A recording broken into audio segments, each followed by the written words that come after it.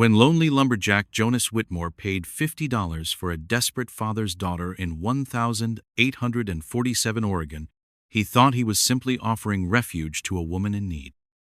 But Sarah carried a secret in her womb that would answer 17 years of his whispered prayers to the towering pine sieve. They could both survive the winter that threatened to destroy everything he'd never dared hope for.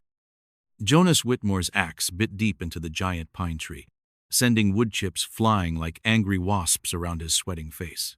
The sound echoed through the Oregon mountains like thunder, but no one answered back. Again, just like every morning for the past 3 years since he'd built his cabin in these lonely woods. The year was 1847, and the Oregon Territory stretched wild and endless around him.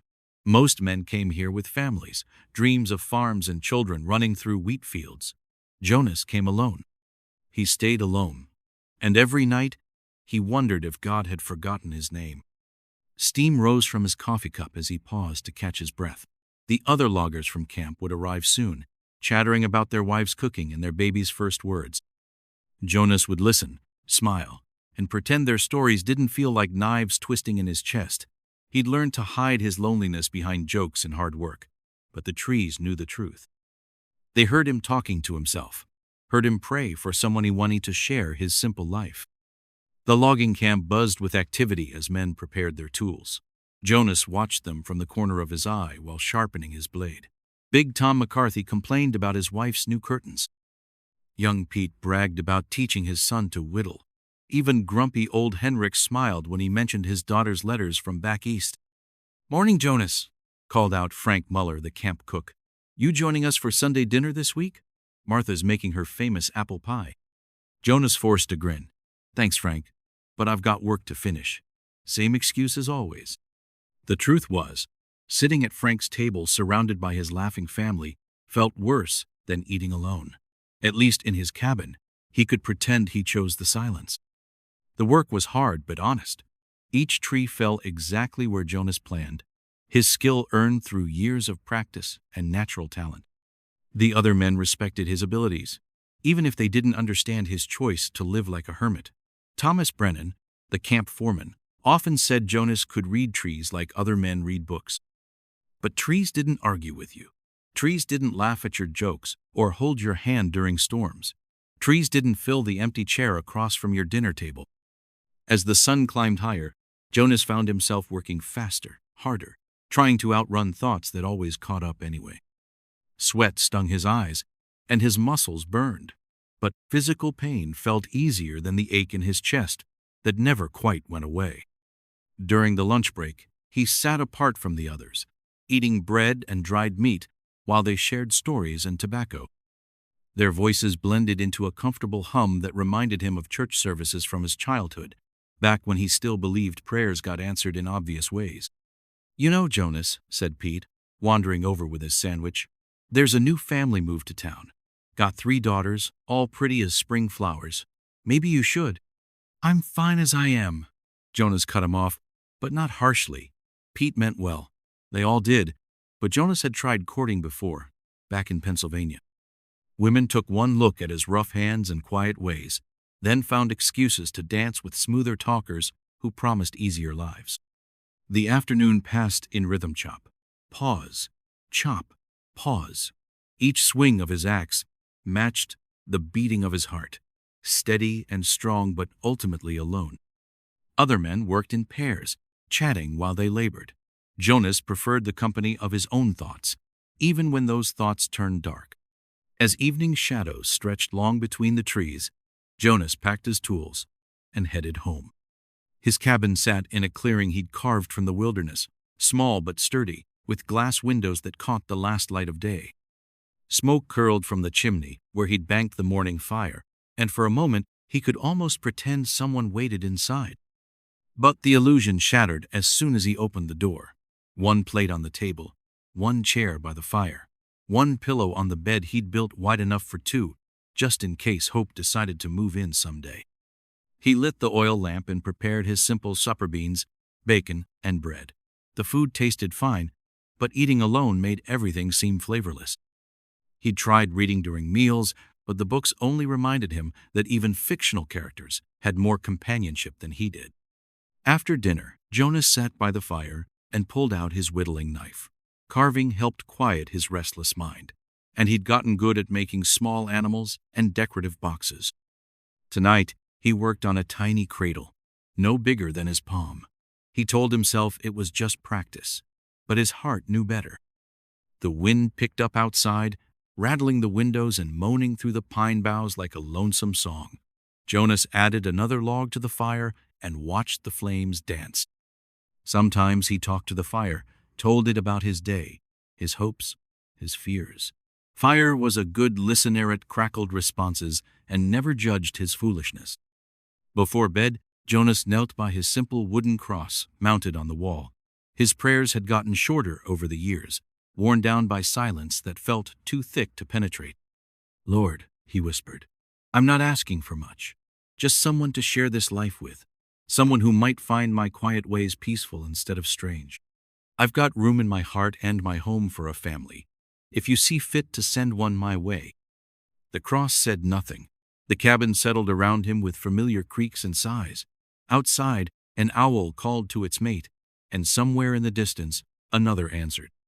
Jonas blew out the lamp and settled into bed, pulling quilts his mother had sewn over his shoulders.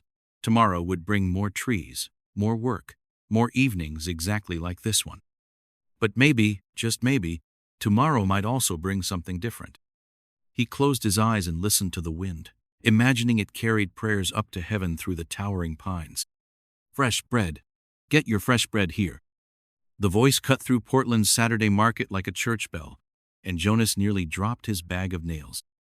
He'd come to town for supplies: coffee, flour, the monthly necessities that kept him alive in his mountain cabin. But something about the crowded marketplace felt different today, charged with energy that made his skin prickle, with strange anticipation. Wagons creaked along muddy streets while horses stamped and snorted in the crisp autumn air. Children darted between adults' legs, chasing chickens that had escaped their cages. Women in faded dresses haggled over vegetable prices while men discussed lumber contracts and weather predictions. Jonas usually hurried through these trips, uncomfortable with so many people after weeks of solitude. Today, he found himself walking slower, watching faces, listening to conversations that had nothing to do with him. "Sarah, get over here right now." The sharp command made Jonas turn toward a weathered wagon parked near the feed store. A thin man with wild gray hair grabbed a young woman's arm, jerking her closer to his side. Even from 30 feet away, Jonas could see the bruises on her wrist, the way she held her shoulders stiff against whatever pain she carried. The girl woman, really maybe 17 or 18, stood perfectly still while her father arranged items in their wagon. Her dress had once been blue as summer sky, but now it looked washed out and patched. Her brown hair hung in a simple braid down her back, and despite the chaos around them, she moved with quiet dignity that reminded Jonas of deer he sometimes glimpsed in forest clearings. "Excuse me, mister," said a voice behind him. Jonas turned to find a boy, maybe 10 years old, tugging on his coat sleeve. "You dropped this." Jonas looked down at the paper bag. In the child's hand, she's coffee beans, scattered across the muddy ground. He must have been staring at the wagon longer than he'd realized. "Thank you, son." Jonas fished a penny from his pocket and handed it to the boy, who grinned and ran off toward a candy vendor. When Jonas looked back at the wagon, the thin man was talking to a small crowd of curious onlookers. His voice carried clearly across the market square, and what Jonas heard made his stomach turn cold. "She's a good worker, strong as any man, and knows her way around kitchen duties."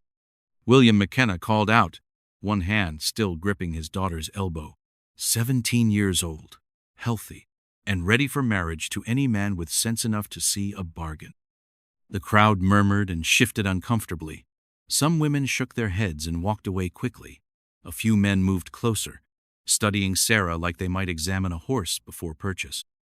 Jonas saw her face go pale, but she kept her chin up, refusing to show fear even as her father continued his awful sales pitch.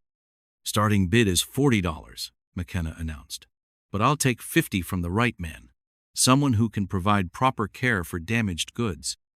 "Damaged goods," The words hit Jonas like a physical blow. He watched Sarah's face crumple for just a moment before she rebuilt her wall of dignity, and something inside his chest caught fire. Jonas had seen enough cruelty in his 34 years to recognize desperation when it stood before him. McKenna's clothes hung loose on his frame, and his hands shook slightly, signs of a man who'd lost everything to gambling or drink or both, but selling his own daughter. That crossed lines Jonas didn't know existed. "I need the money today," McKenna continued, his voice growing more frantic as potential buyers drifted away. "Winter's coming, and I've got debts that won't wait for spring." Sarah finally spoke, her voice barely audible above the market noise. "Papa, please, there has to be another way." McKenna's face twisted with something ugly, shame mixed with anger and stubborn pride. "Don't you start with me, girl. This is your fault, as much as mine. If you'd been more careful, more modest, maybe we wouldn't be in this mess."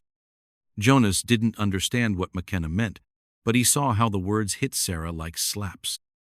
Her face went white, then red, then settled into the pale acceptance of someone who'd stopped fighting battles she couldn't win.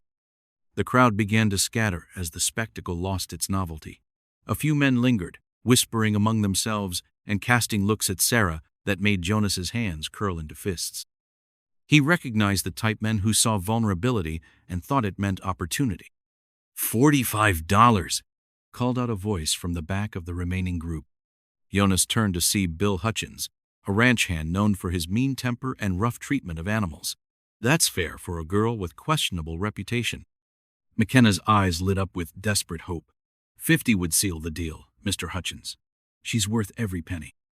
Jonas watched Sarah's face as her father negotiated her future with a man who looked at her like she was livestock.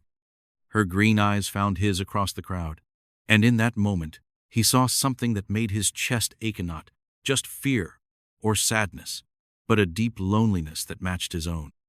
Without thinking, Jonas stepped forward. $60. Every head turned toward him. McKenna's eyebrows shot up. Hutchins scowled and spat tobacco juice into the mud. Sarah stared at Jonas with surprise and something that might have been hope. "60?" McKenna repeated, as if he couldn't believe his luck. "Well now, that's a serious offer. You got that money on you, mister?" Jonas pulled out his leather wallet and counted bills slowly, deliberately. The money represented months of careful saving, his plans for cabin improvements, and maybe a better horse. But looking at Sarah's face, seeing the way she stood straight despite everything crumbling around her, Jonas knew he'd found something worth more than comfort or security. $60, he repeated firmly. "But not for purchase. For marriage if the lady agrees. This isn't a Salitza proposal." The crowd murmured with excitement. This was better entertainment than they'd expected on a simple market day. McKenna's face showed confusion and greed warring with each other, while Sarah's expression shifted from shock to something Jonas couldn't quite read. "Well, girl," McKenna demanded, "this gentleman's offering you marriage and me payment for your upkeep all these years. What's your answer?" Jonas stepped closer, ignoring McKenna and speaking directly to Sarah. "My name's Jonas Whitmore. I live alone in a cabin up near the logging camps. It's not much, but it's honest work and a decent home. I'm not offering to buy you, I'm asking if you'd consider sharing a life with me." Sarah looked into his eyes for a long moment, searching for something Jonas hoped she'd find. When she spoke, her voice was steady and clear. "Yes, Mr. Whitmore, I'll marry you." The words hung in the air between them like a bridge neither had expected to cross, connecting two lonely souls in the middle of a crowded marketplace where miracles came disguised as desperate circumstances. The smell of fresh bread filled Jonas's cabin for the first time in 20 years. Sarah stood at his old wooden table, her hands covered in flour dust. She looked different than she had 3 days ago at the market. The fear in her eyes had started to fade, replaced by something Jonas couldn't quite name. "You don't have to do all this work," Jonas said, hanging his coat on the wooden peg by the door. His boots left muddy prints on the floor, but Sarah didn't seem to mind. "I want to help," she replied, not looking up from the dough she was kneading. "It's the least I can do." Jonas watched her work. Her movements were quick and sure, like she had made bread 1,000 times before. He wondered what other skills her father had never bothered to mention. The man had talked about Sarah like she was a horse he was trying to sell, listing only the most basic facts. The fire crackled in the stone fireplace, casting dancing shadows on the cabin walls. Outside, the wind picked up, making the pine trees sway and creak. Winter was coming early this year. Jonas could feel it in his bones. "Sarah," he said carefully, "we should talk about what happens next." Her hand stopped moving. She stood very still, staring down at the bread dough. Jonas noticed how small she looked in his cabin, like a bird that had flown in from the cold and wasn't sure if it was safe to land. "What do you mean?" she asked. "I mean about us, about this arrangement." Jonas sat down at the table across from her. "I know your father made this deal without asking what you wanted. If you want to go somewhere else, I'll help you. I have some money saved up." Sarah finally looked at him then. Her green eyes were bright with unshed tears. "Where would I go? I have no family left except—" She stopped talking and looked away. "Except what?" She was quiet for so long that Jonas thought she might not answer. The bread dough sat forgotten between them, slowly rising in the warm cabin air. "I need to tell you something," Sarah whispered, "but I'm afraid you'll send me away when you hear it." Jonas leaned forward. "I won't send you away. Whatever it is, we can figure it out together." Sarah's hands shook as she wiped the flour from her fingers with a damp cloth. She moved to the window and stared out at the darkening forest.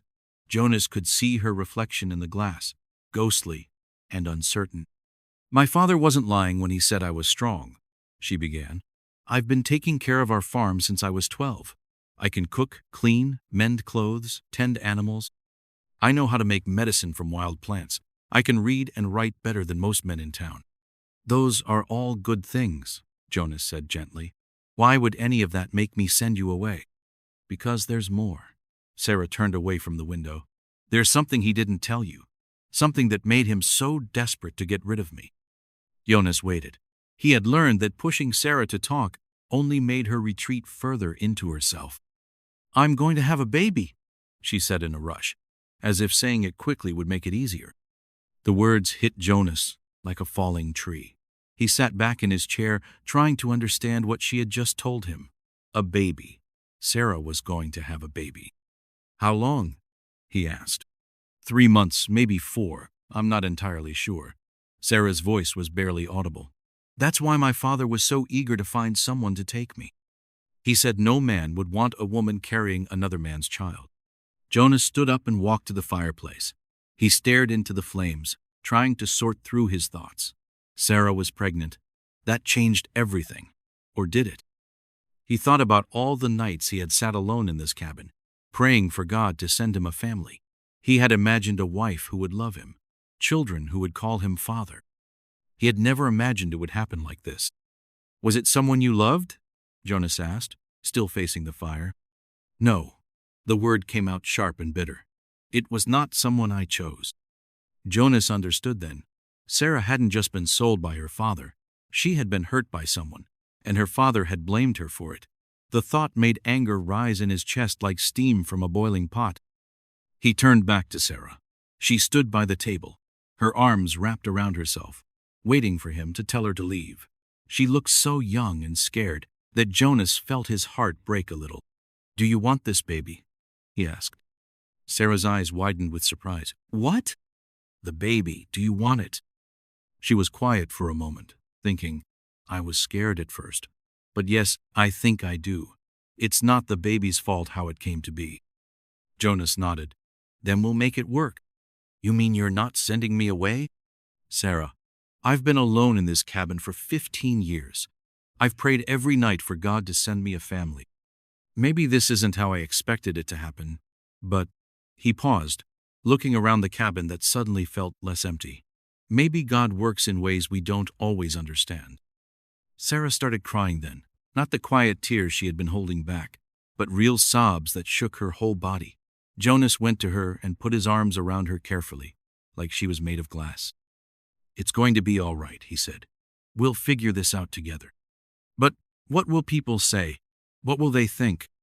"Let them think what they want. This is our life, not theirs." Sarah pulled back and looked at him. You really mean that? I do. Jonas surprised himself with how certain he sounded. This baby will need a father. I may not be its father by blood, but I can be its father in every other way that matters.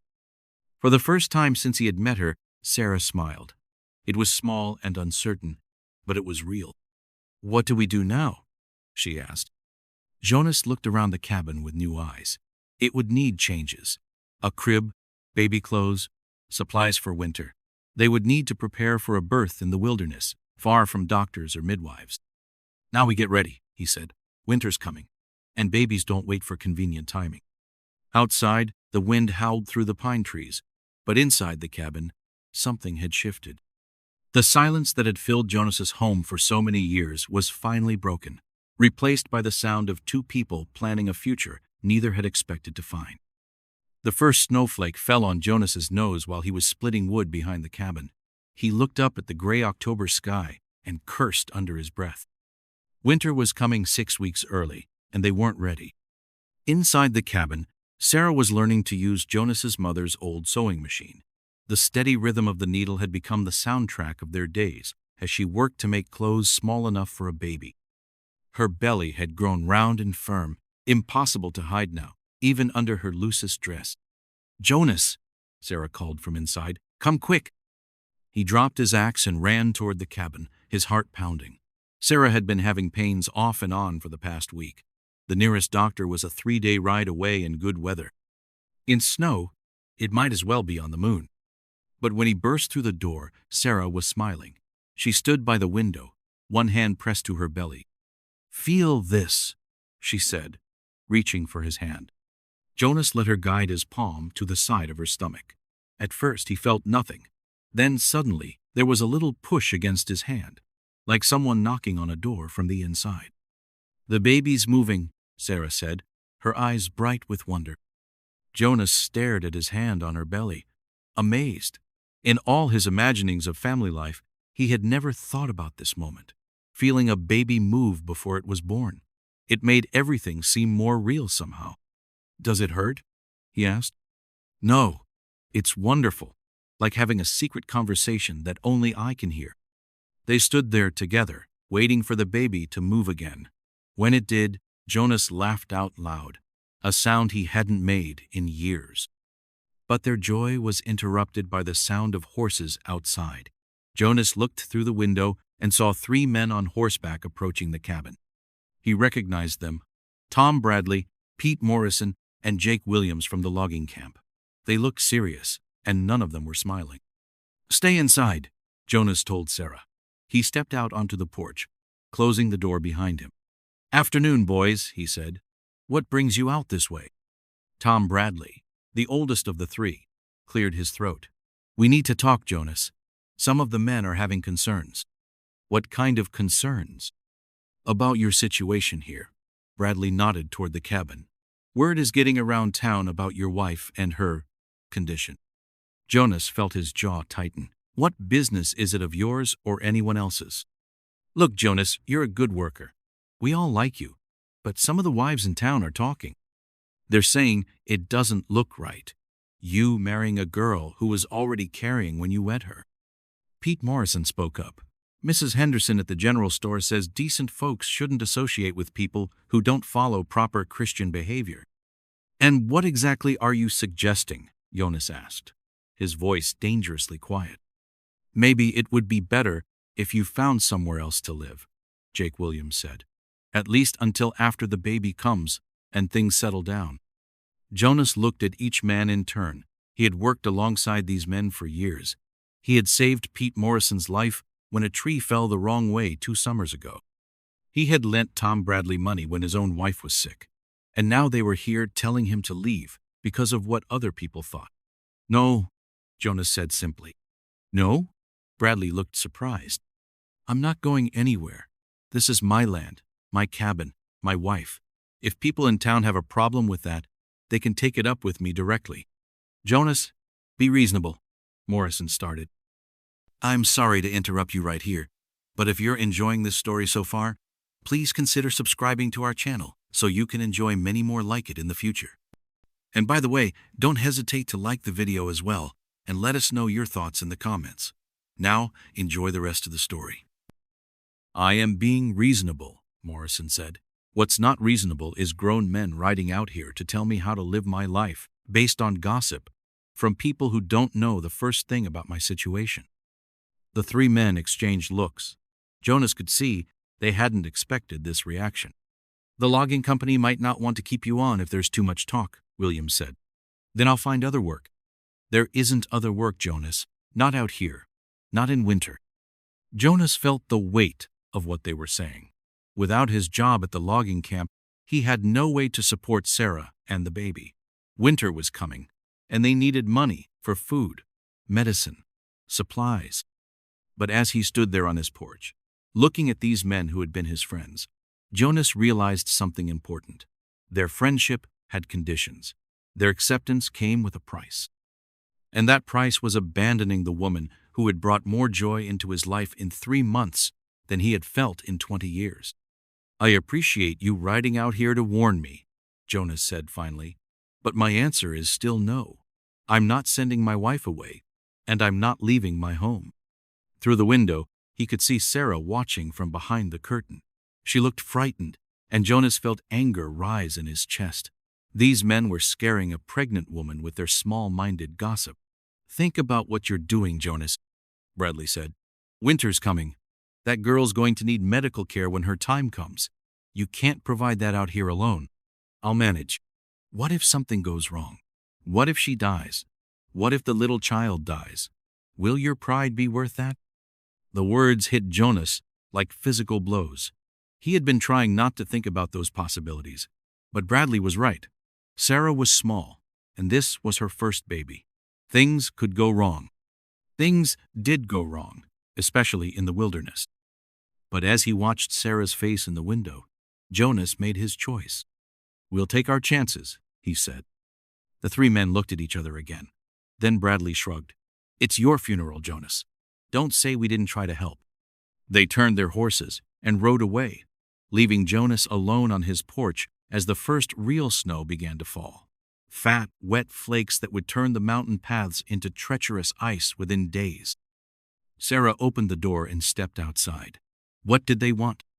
Nothing important, Jonas said, putting his arm around her shoulders.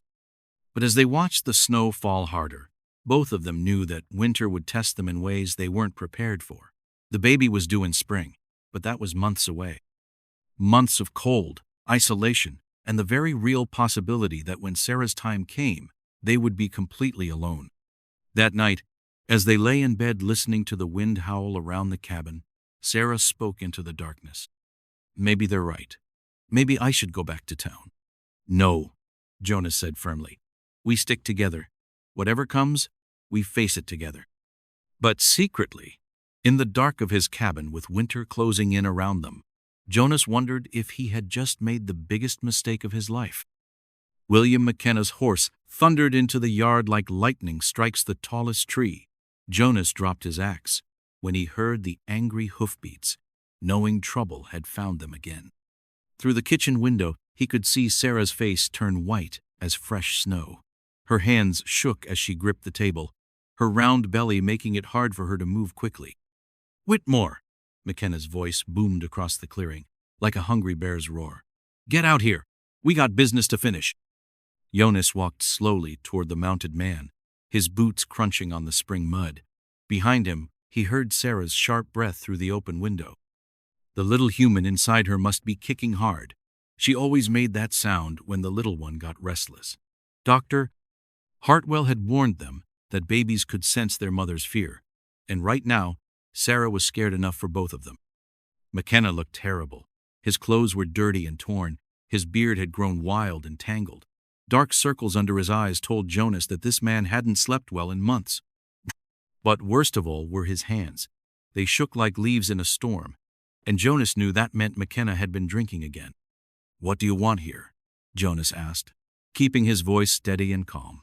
He'd learned from years of working with dangerous trees that panic could kill faster than any falling branch. Want?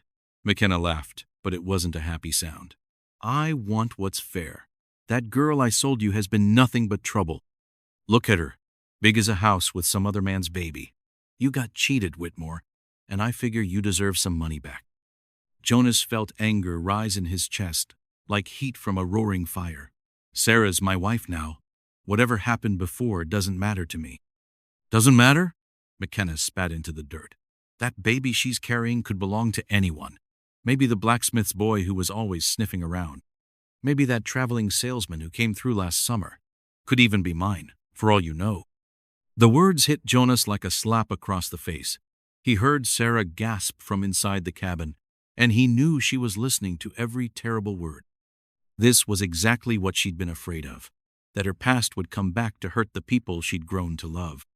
You're lying, Jonas said, but his voice came out quieter than he wanted. McKenna grinned like a wolf who'd found an injured deer. Am I? Ask her yourself. Go on. Ask your precious wife who the father really is. See if she can look you in the eye and tell you the truth. Inside the cabin, Jonas could hear Sarah crying, soft, quiet sobs that broke his heart into tiny pieces. He'd heard her cry before, when she told him about her baby, when the winter nights got too cold, when she worried about being a good mother. But this was different. This was the sound of someone's world falling apart. Other men started gathering around the edges of the clearing. Jonas recognized Tom Brennan and some of the other loggers. They must have followed McKenna here, drawn by the shouting like moths to a flame. Their faces showed they were enjoying the drama, hungry for gossip they could spread through town like wildfire. Even if what you're saying is true, Jonas said carefully, it doesn't change anything. Sarah's still my wife. The little human inside her will still be my child. Your child? McKenna laughed again, this time so hard he nearly fell off his horse. You simple fool. That baby's going to come out looking nothing like you, and then everyone in town will know you got played for a sucker. Tom Brennan stepped forward with a mean smile. Maybe McKenna's got a point. Maybe you should cut your losses before you get in any deeper. Jonas looked around at the circle of men, watching him like he was some kind of entertainment. These were men he'd worked beside for years, men he'd shared meals with and helped when their own troubles came calling.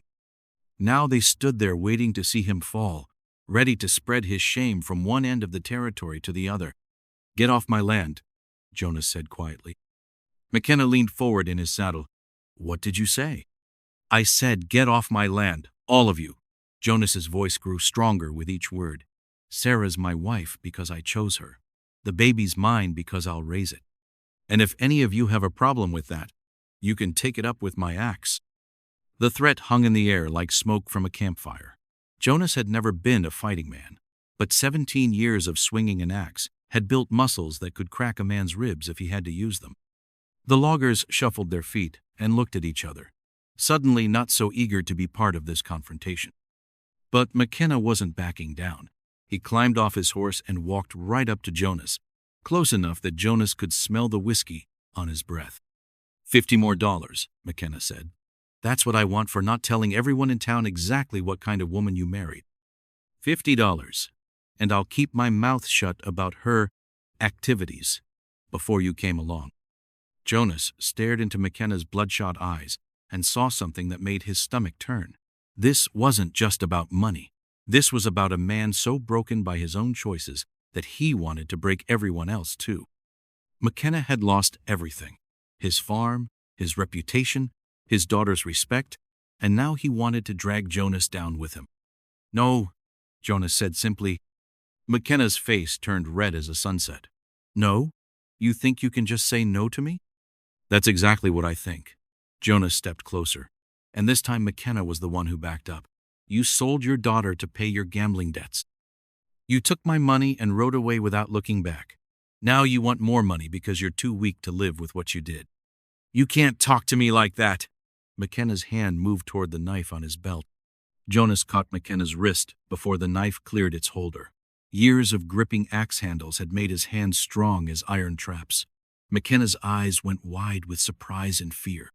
Listen carefully, Jonas said, his voice deadly quiet. You're going to get back on that horse and ride away. If I ever see you on my land again, you won't ride away a second time. Do you understand me? McKenna tried to pull free, but Jonas's grip was too strong. Around them, the other men watched in silence, suddenly realizing this wasn't the easy entertainment they'd expected. Finally, McKenna nodded. Jonas released his wrist, and McKenna stumbled backward, rubbing the red marks where Jonas's fingers had held him. "This isn't over," McKenna muttered as he climbed back onto his horse. "Yes, it is," Jonas replied. He watched McKenna ride away, followed by the disappointed loggers who'd hoped for a better show.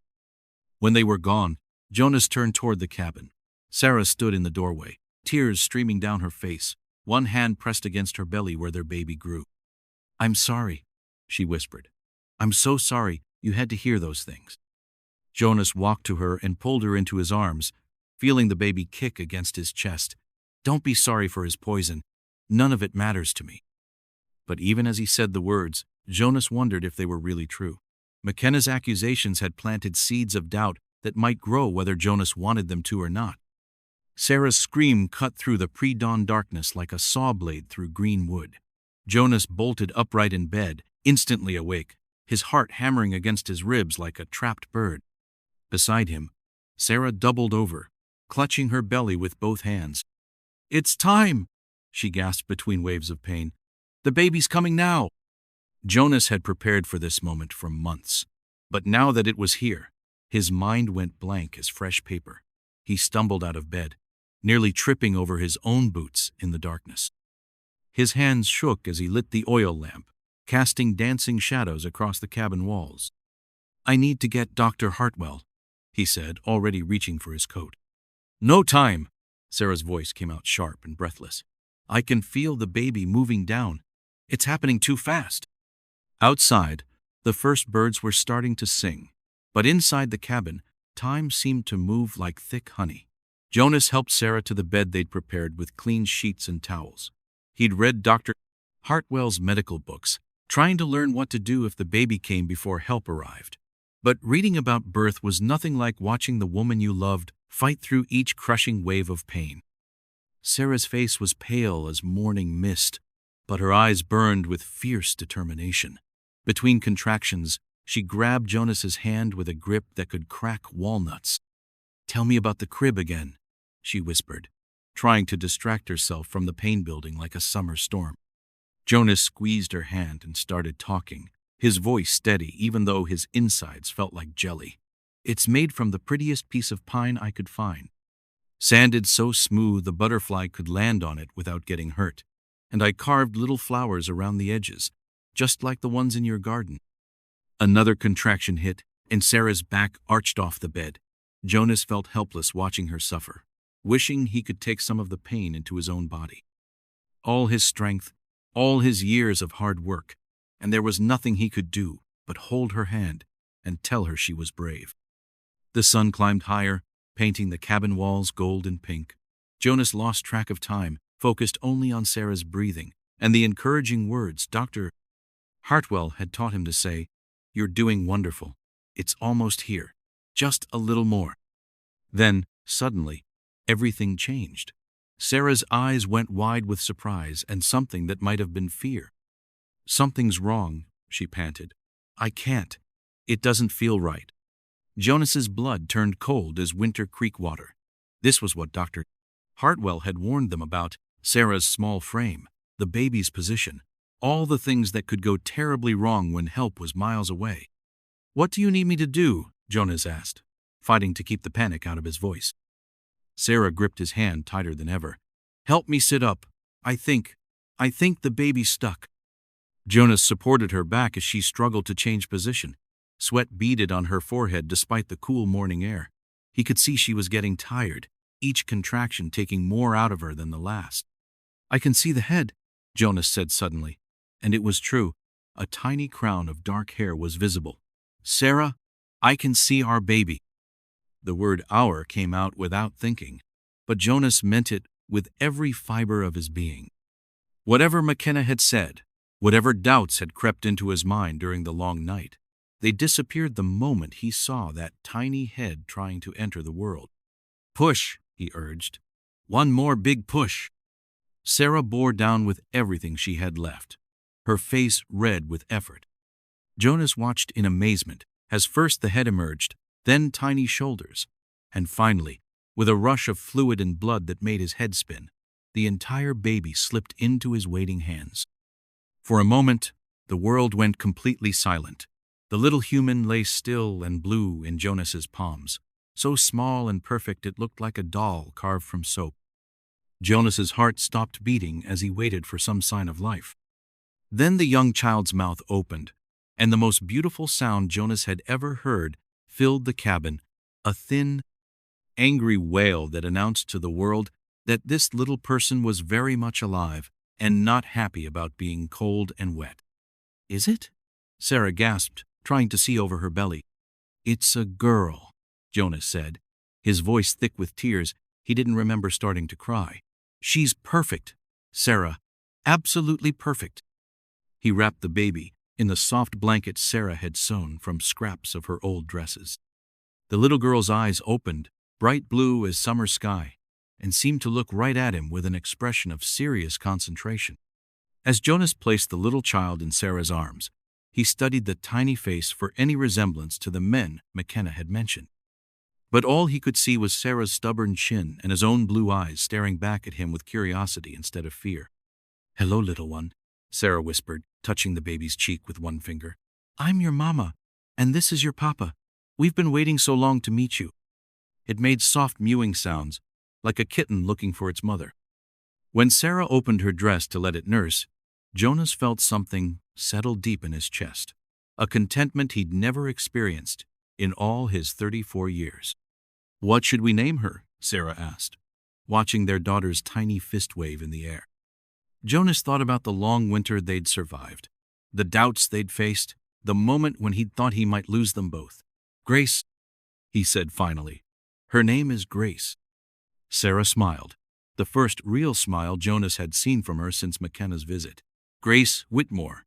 It sounds perfect." As the morning sun streamed through their cabin windows, Jonas held his wife and daughter close, marveling at how quickly everything had changed. Yesterday, he'd been a man fighting off doubts and accusations. Today, he was a father, watching his miracle breathe and stretch and discover the world one tiny movement at a time. Outside, the Oregon pines swayed in the gentle wind, and Jonas could swear they were whispering welcome songs for the newest member of their forest family.